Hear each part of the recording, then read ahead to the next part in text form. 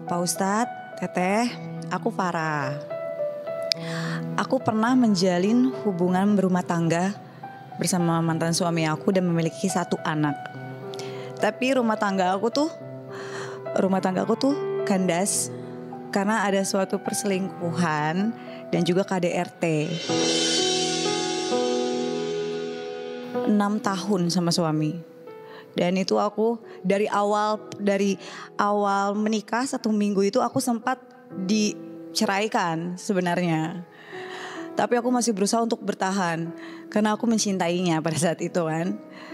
Dari awal aku tuh selalu diperlakukan kasar karena mantan suami aku ini tidak bekerja. Terus gak pernah memperlakukan aku dengan baik juga. Sehingga aku kayak di rumah tuh bingung gitu kok ngeliat dia tuh begini-gini terus. Aku terus gimana gitu kan. Masa harus gue yang kerja sih. Akhirnya aku kerja. Setelah aku diizinin itu, selama aku kerja nyari uang untuk aku dan keluarga, ternyata aku malah diselingkuhin. Kesel lah aku di situ kan. Dan aku memutuskan untuk bercerai. Tapi aku ada rasa nyesalnya juga. Kenapa aku menyesal? 1, aku kayak mikir, kok gue egois banget ya. Anak gue tuh masih kecil. Waktu itu aku tuh bercerai usia anak aku tuh 3 tahun. Kadang sekarang aja dia suka masih nanya papanya, Mah papa kemana ya? Kadang aku suka ngomong papa tuh kerjanya jauh, naik pesawat, jauh banget deh, kita tuh gak bisa nyusulin gitu. Kadang papanya juga gak pernah ingat anaknya. Bahkan keluarga dari bapaknya tuh gak ingat sama anaknya juga, sama cucunya gitu. Yaudahlah akhirnya aku move on, aku bangkit. Setelah itu, setelah beberapa lama aku berusaha untuk buka hati lagi nih. Ternyata orang yang aku pilih sama. Aku sama pasangan aku nih masih pacaran ya, belum menikah lagi. Tapi dia memperlakukan aku tuh sama kayak mantan suami aku, dia kasar. Ya, dia kasar banget, dia kasar banget sama aku. Sampai aku tuh sama dia itu muka aku tuh babak belur. Terus bisa-bisan sama pacarku yang sekarang sama mantan pacar aku maksudnya. Tapi kenapa ya ketika aku semakin di batinku disiksa, aku gak pernah ada rasa benci sama sekali nih Pak Ustadz. Gak pernah ada rasa sama sekali benci. Aku tuh malah jadi makin sayang, jadi kayak gak mau kehilangan. Bahkan aku untuk mempertahankan apapun itu, aku tuh selalu kayak menggunakan uang. Yuk kamu mau apa? Kadang aku suka gitu, kamu mau apa? Yuk aku beliin. Yang penting kamu jangan ninggalin aku. Aku kadang suka kayak gitu. Tapi pada akhirnya setelah aku memperlakukan dia kayak gitu tuh sadar juga aku lama-lama. Ternyata tuh aku dimanfaatin. Tapi aku pikir kan kalau aku ngasih terus kan aku pikir makin disayang kan. Ternyata enggak Pak Ustadz. Dan kejadian terakhir aku tuh pernah tuh sama pacarku nih. Itu di bibir aku tuh sampai pinggir jalan. Itu terakhir kejadian itu. Itu yang buat aku kayak bulat untuk meninggalkan. Bahkan mantan suami aku tuh gak pernah separah itu KDRT-nya ke aku. Aku tuh pernah ngemis ke dia tuh terakhir. Aku bilang jangan tinggalin aku dong. Aku ini bener ibu-ibu terakhir ngemis sampai aku tuh kayak aku kasih mobil deh, kamu jangan ninggalin aku. Iya, aduh gak ngerti ya nih otak perempuan kayak gimana. Gak ngerti kayak gimana. Udah kecintaan Pak Ustadz. Sekarang apa yang ingin Kak Farah sampaikan kepada kami? Mau nanya apa sama A? Iya. Ini dapet jodoh lagi kayak gitu lagi gak sih A ke depannya A? Udah pasrah. Takutnya nanti kayak gitu lagi. Jadi ada rasa trauma yang dalam gitu. Dari mantan suami, pacar. Iya. Speechless ya A? Iya, saya gak habis pikir gitu loh. Ya Allah. Iya. Gak tahu ya apa yang diminum oleh Kak Farah semalam ya. Tapi kalau saya tidak menerima apapun bentuk kekerasan. Islam itu maknanya berserah. Dalam makna lain, Islam itu artinya damai, sejuk, indah, tenang. Tidak menggambarkan sosok Islam yang baik, sosok Muslim yang baik, kalau ada orang yang sering menunjukkan kekerasan dalam dirinya. Jadi menurut saya kalau ditanya siapa suami yang paling baik? Yang paling baik sama keluarganya. Itu yang Nabi sampaikan. Khairukum khairukum li ahlihi wa ana khairukum li ahli. Sebaik-baiknya di antara kamu yang paling baik kepada keluarganya. Dan aku, kata Nabi, yang paling baik kepada keluargaku. Mohon maaf kalau sudah ada kekerasan, bahkan mohon maaf harus main fisik, bahkan kemudian membuat badan kita harus cedera, rusak, memar. Dan kita masih bertahan, malah dikasih. Apa memang kita bermimpi punya pasangan yang seperti itu? Jangan-jangan. Jadi mungkin Kak Farah bilang, sakiti aku. Ayo sakiti aku.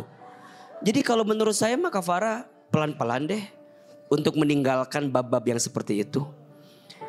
Dan gini ya, caranya adalah Kak Farah hilangin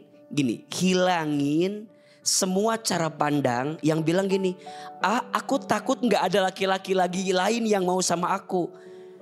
Laki-laki banyak. Betul gak? Kenapa masih mau bertahan sama orang yang terus nyakitin kita? Badan kita bukan samsak loh. Betul gak? Beliau bilang karena cinta. Cinta macam apa yang seperti itu? Sok, punten ya. Punten mohon maaf. Mau tanya. Dia cakep apa enggak? Jawab. Cakep. Ganteng. Ganteng. Okay. A. Kayak ganteng ya? Ganteng. Okay. Kaya dia? Kagak. Oke. Ahlaknya baik apa buruk? Baik ibu-ibu. Buruk. Baik. Iya. Kalau akhlak baik alhamdulillah, tapi tinggal aku enggak. Iya. Iya, oke lah. Mungkin Kak Farah bertahan karena ganteng kan? Ganteng tuh ada masanya. Betul nggak? Sekarang glowing, mungkin besok glosor. Turun tah. Jadi ayolah lebih realistis dalam cinta, betul? Tolong bedakan ya, ada cinta, ada nafsu. Dua hal yang berbeda. Cinta itu rasa yang membuatmu makin baik di hadapan Allah. Maka mohon maaf ya, kalau ada orang yang mengatakan cinta, tapi dengan perasaan itu tidak membuat kita makin dekat dengan Allah, itu bukan cinta.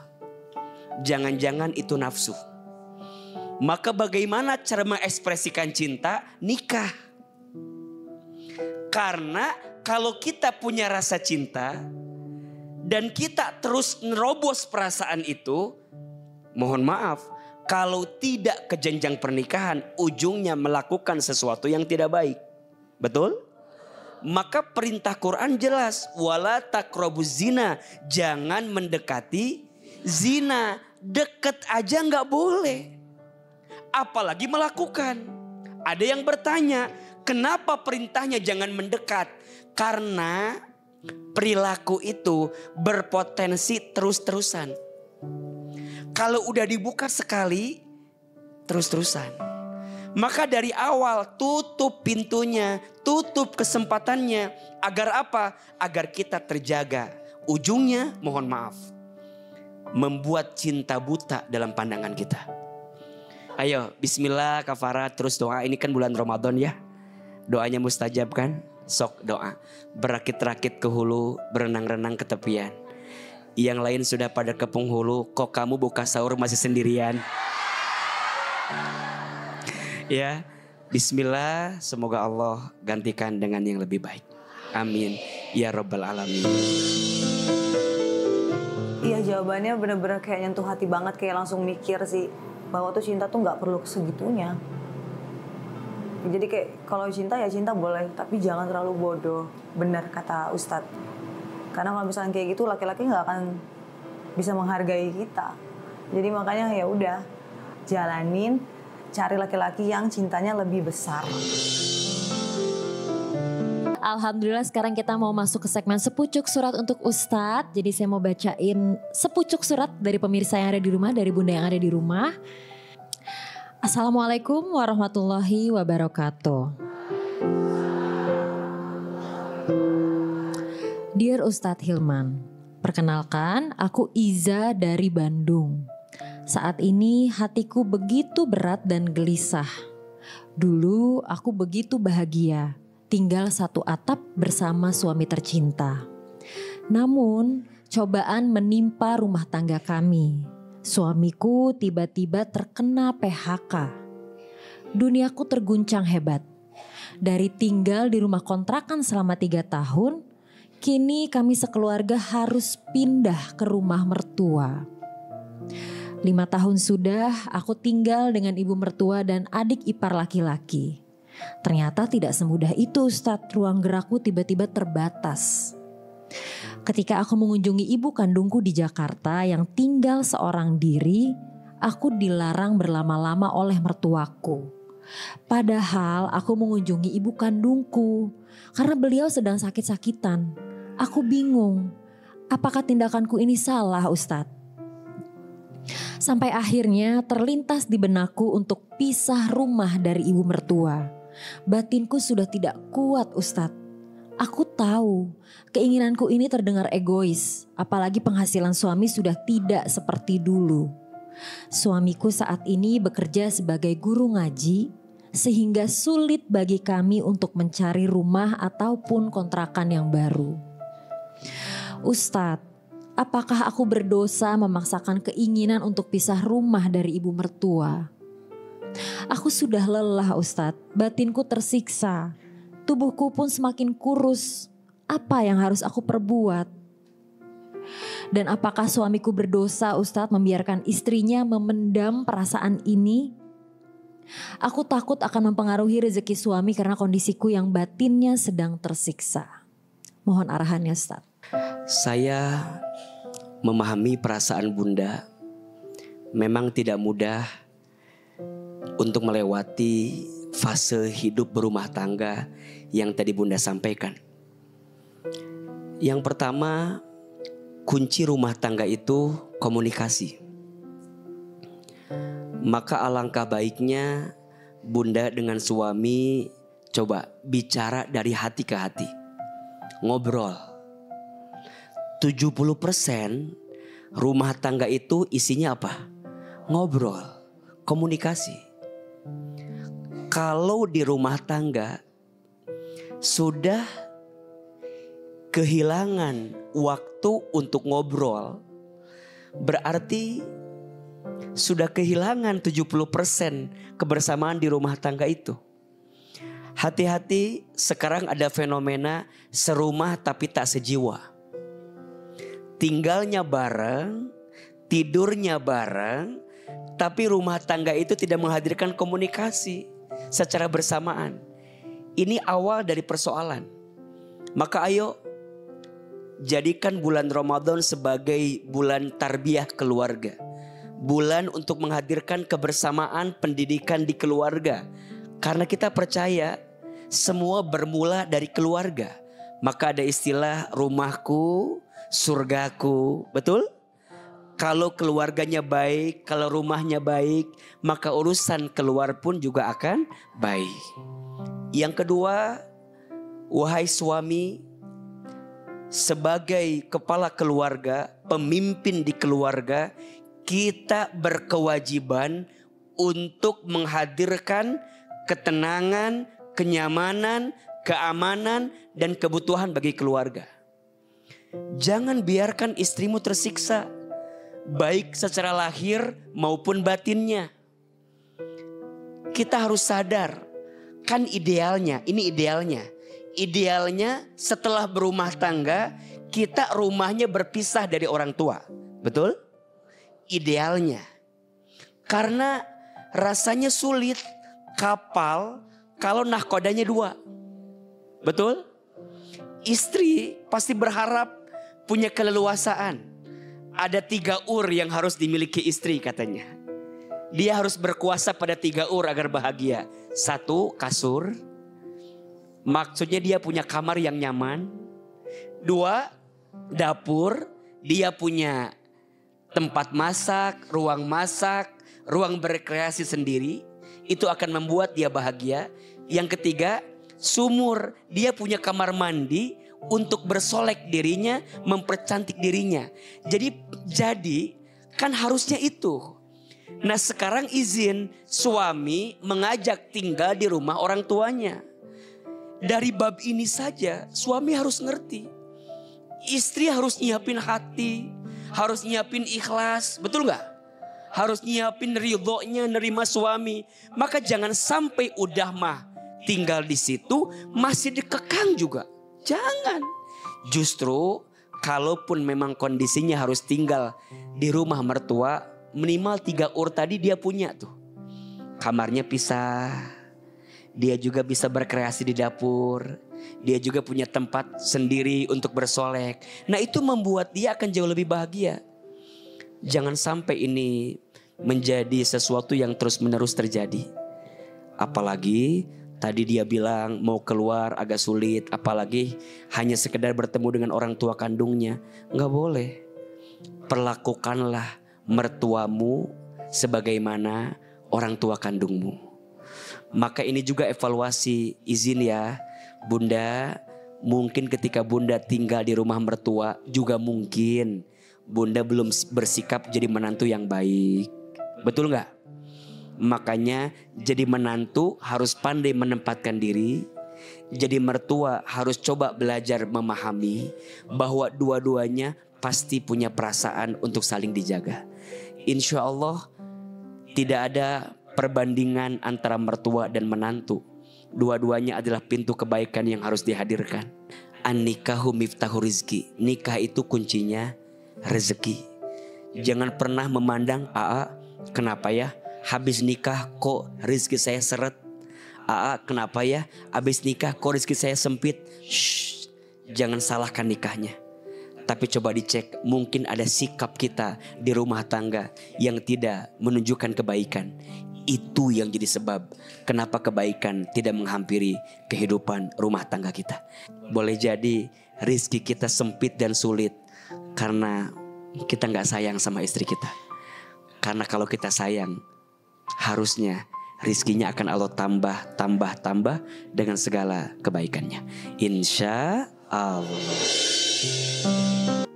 Saya mau menceritakan pengalaman hidup saya yang ini baru terjadi 1 tahun kemarin. Setahun yang lalu saya pernah bertunangan dengan laki-laki yang mana kami sudah mendekati hari H untuk menikah. Tapi di hari H mendekati hari H ketika saya mau menikah, saya mendapati tunangan saya berselingkuh dengan sahabat saya sendiri. Sahabat yang saya rangkul sama-sama dari kampung, yang ketika beliau susah saya berikan tempat, saya berikan makanan, saya berikan pakaian.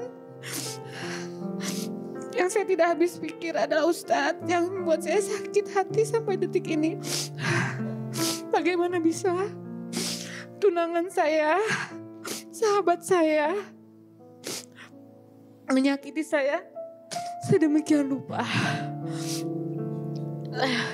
Dan ketika saya mengadukan permasalahan ini kepada ibu tunangan saya menyalahkan saya, Ustadz. Beliau berbicara kepada saya ingat betul beliau berbicara, ini semua salah kamu. Kenapa kamu terlalu sibuk syuting sampai kamu gak bisa menjaga hubungan kamu dengan anak saya. Dan waktu itu saya menjawab kepada calon mertua saya, Ibu, saya kerja saya syuting. Karena anak ibu secara segi ekonomi tidak mencukupi untuk biaya pernikahan kami. Saya berniat untuk membantu. Tapi kenapa ibu malah menyalahkan saya? Pertanyaan saya, Ustadz. Sampai sekarang saya masih trauma. Saya masih luka. Saya berusaha untuk mengikhlaskan. Tapi saya tidak bisa mengikhlaskan. Saya sempat lari ke saya sempat keras. Apakah dosa-dosa saya dengan diri saya sendiri dan keras, apakah akan diampunkan? Bunda. Satu, kita belajar banyak untuk tidak terlalu menyerahkan hati kepada orang yang belum tentu Allah takdirkan untuk kita. Mbak Anggia bersyukur sama Allah. Allah buka dia sebelum pada akhirnya kalian menikah. Kadang kegagalanmu pada satu hal justru adalah cara Allah menyelamatkanmu dari sesuatu yang tidak baik untukmu. Iya apa iya? Percayalah, Allah sengaja melepaskanmu dari orang yang pernah menyakitimu karena Allah sedang menguatkanmu dan memantaskan dirimu untuk bertemu dengan orang lain yang lebih baik daripada dia yang pernah ninggalin kita. Betul? Pelan-pelan buka hati lagi, pelan-pelan melangkah lagi. Dan ini juga pelajaran. Setelah dikecewakan oleh manusia, jangan malah meninggalkan Allah. Yang disakiti adalah hati kita sendiri. Kan yang nyakitin manusia, kenapa yang ditinggalin Allah? Maka sekarang yuk berbenah lagi. Yang kemarin manusiawi, hilaf, salah, stres, frustasi, wajar. Tapi jangan pernah larut dalam kekecewaan itu. Mudah-mudahan Mbak Anggia bisa pelan-pelan pulih dan pelan-pelan sembuh lagi. Insya Allah, Allah sedang menyiapkan yang lebih baik daripada dia yang pernah hadir tapi menyakiti hati kita. Insya Allah. Assalamualaikum Pak Ustadz. Waalaikumsalam warahmatullahi wabarakatuh. Image yang saya bangun adalah artis seksi gitu. Ibu-ibu di sini ada yang tukan. Ya, dulu di perjalanan itu saya bertemu dengan seseorang dan akhirnya karena saya sangat menghormati orang tua, jadi saya memperkenalkan orang tua saya dan akhirnya saya menikah. Singkat cerita lah ya, saya menikah menjadi istri kedua. Jadi istri kedua dan itu saya simpen rapat-rapat selama 3 tahun. Tapi karena berpisahnya harus ramai yang akhirnya publik tahu gitu. Nah di situ akhirnya tuh image yang sangat-sangat buruk buat saya Pak Ustadz gitu. Saya susah untuk mendapatkan jodoh saat itu. Terus setelah itu di perjalanan itu saya pergi umroh. Pulang umroh saya ketemu laki-laki papahnya anak saya yang ini dan Teteh juga kenal ya. Sebenarnya orang baik banget dan saat itu karena memang saya juga masih ngejar karir, perjanjian saat itu kita nikah ya orang tua saya sama dia tahu. Singkat cerita lah ya akhirnya menikah waktu itu karena ya udahlah kata orang tua biar nggak dosa karena udah sama-sama dewasa. Saya juga udah pernah berumah tangga, dia sudah pernah berumah tangga. akhirnya tuh di kampung dinikahkan siri malam itu saya, ya kan, tidak ada persiapan apa-apa nikah siri, tapi memang ada tujuan menikah resmi gitu. Terus di 2013 ya, saya 2013 tuh saya nikah di bawah tangan siri. Terus habis itu saya menikah resmi di 2014 akhir, 14 akhir ya, Teteh juga di 14 akhir. Terus 2015 tuh hamil gitu. Terus di perjalanan itu saya kena masalah lah, namanya saya juga public figure, mungkin suami saya nggak siap saat itu. Muncullah ke media, akhirnya bukan cuma masalah pribadi saya, tapi muncullah perempuan-perempuan yang tidak terlihat, akhirnya kelihatan semua gitu loh. Perempuan-perempuan di balik yang ini suami saya waktu itu. Akhirnya muncul, saya nggak siap.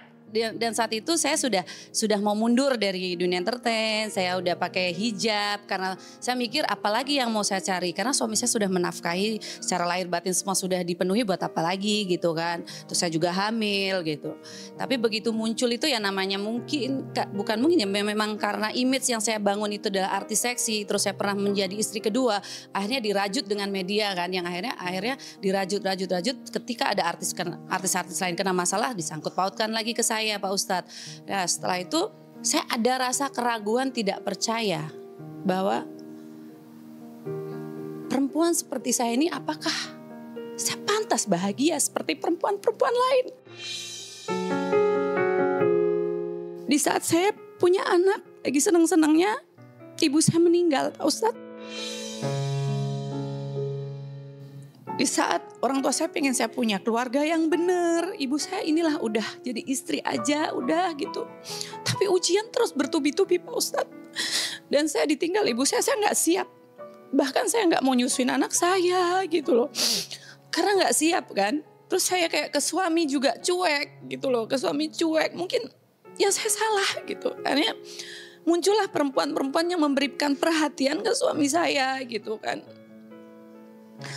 Jadi kayak saya ego saya gitu Pak Ustadz. Nah kesalahan-kesalahan saya apakah itu karma dari kehidupan saya sebelum-sebelumnya Pak Ustadz. Terus kemarin Pak Ustadz saya menurunkan ego saya. Akhirnya saya ketemu laki-laki yang baru dikenal dan saya menikah cuma 2 bulan. Dan itu lebih lagi bikin saya drop mental saya. Sampai saya gak percaya bahwa mungkin takdir aku tuh emang gue gak punya jodoh lagi. Gue mungkin sampai nanti gue mati sendiri kali ya gitu kan. Ada kayak gitu. Tapi saya mau tanya sama Pak Ustadz, apa yang saya jalanin sekarang, apakah itu karma yang pernah saya lakukan karena pernah menikah menjadi istri kedua Pak Ustadz? Terima kasih.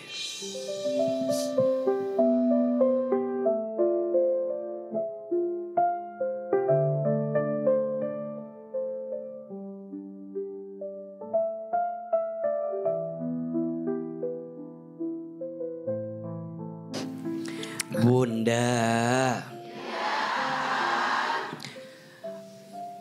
dari kisah yang tadi disampaikan oleh Mbak Sinta Bakhir, banyak pelajaran yang bisa kita dapatkan. Ada beberapa hal yang mungkin harus Ahilman kasih pandangan.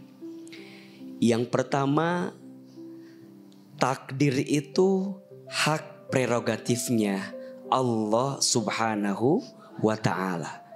Semua yang terjadi tidak akan bisa lepas dari izinnya siapa? Allah. Dan kita harus yakin Allah tidak mungkin menakdirkan sesuatu di dalam kehidupan kita kecuali di balik takdir itu Allah siapkan kebaikan selama kita ridho menerima setiap apa yang Allah takdirkan. Kalau ada pertanyaan, mungkinkah yang terjadi ini disebabkan karena ulah tangan perbuatan kita? Mungkin. Dalam Quran Allah sampaikan, ma asaba min hasanatin, ma asabaka min hasanatin faminallah, wa ma asabaka min sayyiatin faminafsik. Dan apa-apa yang menimpamu sesuatu itu baik, semua dari Allah. Dan apa-apa yang menimpamu dan dirasa itu buruk, faminafsik. Boleh jadi itu disebabkan dari perbuatan engkau. Dalam ayat yang lain, wa ma asabakum mim musibatin fabima kasabat aydikum wa yafu an katsir. Dan tidak ada satu musibah pun yang menimpa kita kecuali disebabkan karena ulah tangan perbuatan kita. Kenapa? Wa yafu an katsir. Allah sedang memaafkan kesalahanmu. Ingat, introspeksi diri terhadap dosa yang pernah kita lakukan baik, bagus, harus. Tapi jangan pernah menjudge Allah buruk dalam kehidupan kita. Jangan menjudge Allah nggak baik, jangan. Introspeksi harus, tapi kita bilang bahwa ya Rob, dosa saya banyak, tapi rahmatmu lebih luas daripada dosa yang pernah kami lakukan. Ya Allah, maksiat saya sering, tapi ampunanmu lebih luas daripada maksiat yang kami kerjakan. Itu kalimat kuncinya. Maka izin mohon maaf untuk semua yang sudah terjadi. Allah Maha Baik. Allah masih ngasih kesempatan Mbak Sinta untuk melangkah lagi. Betul? Untuk bisa hidup terus. Coba, bisa nggak waktu kita berbuat maksiat dulu langsung Allah matikan? Bisa. Tapi Allah ngasih kesempatan. Kenapa? Tanda Allah sayang sama kita. Tanda Allah mencintai kita. Dan ingat, pemirsa Trans TV, belajar ya.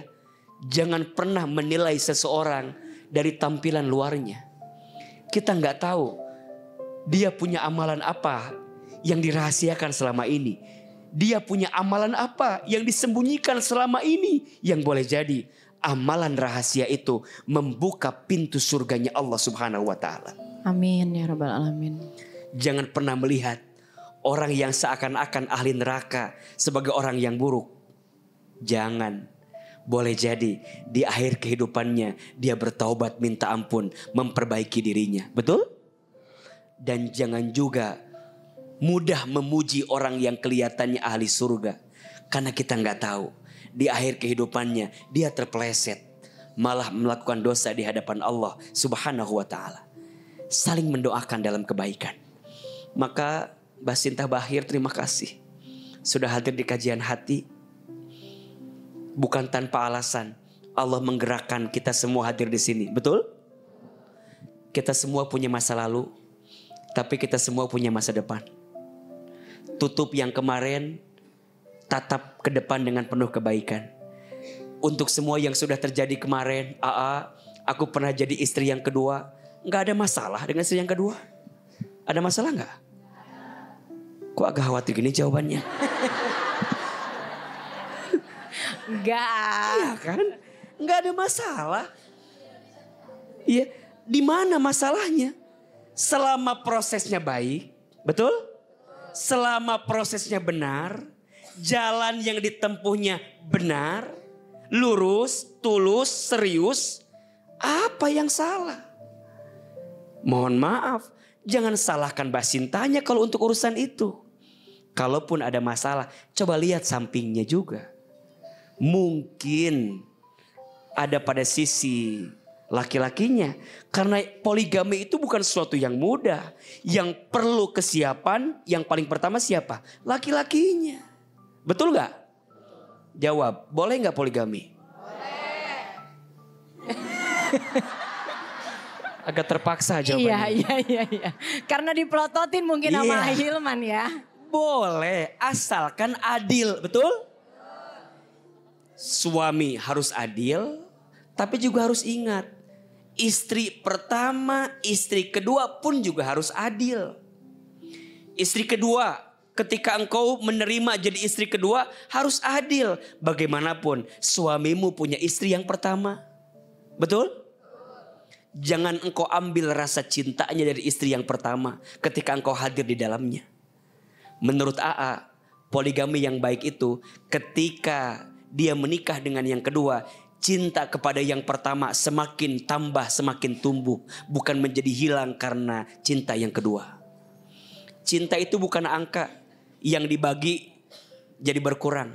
cinta itu nilai yang ditambah jadi makin bertambah. Jarang katanya Iya, kata ibu. makanya. Kata ibu. Ini Dari kan yang teori sebelah, iya. kan. AA juga belum berani. Baru ibu-ibu pada mau nanya loh barusan. Iya. Oh Ate mau poligami. Bukan. Gitu. Bukan. Ini ibu-ibu di sini ramai banget Iya, makanya memang gak mudah, betul gak?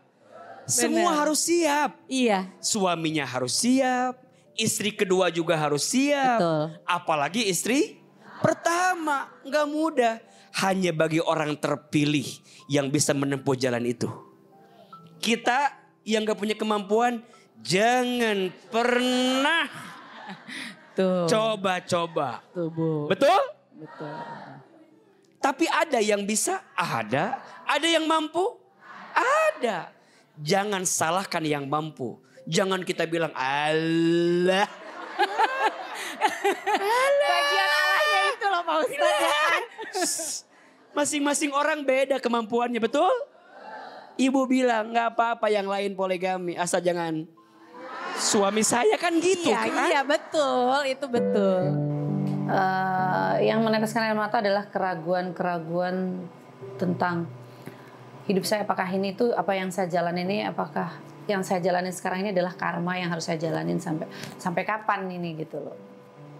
Penyesalan adalah saat saya menikah menjadi istri kedua dan itu mencuat ke publik karena saya public figure yang akhirnya karena poligami itu di Indonesia tetap aja itu pro dan kontra ya, walaupun di Islam itu boleh tapi di Indonesia itu sebuah yang tabu. Ada yang membuat saya tenang gitu, yang bahwa semua perjalanan hidup itu tuh udah ada garis takdirnya gitu loh. Oh iya, jadi kita nggak boleh menyalahkan itu semuanya gitu. Jadi kita percaya ya semuanya sama Allah gitu, terus nggak boleh meragukan.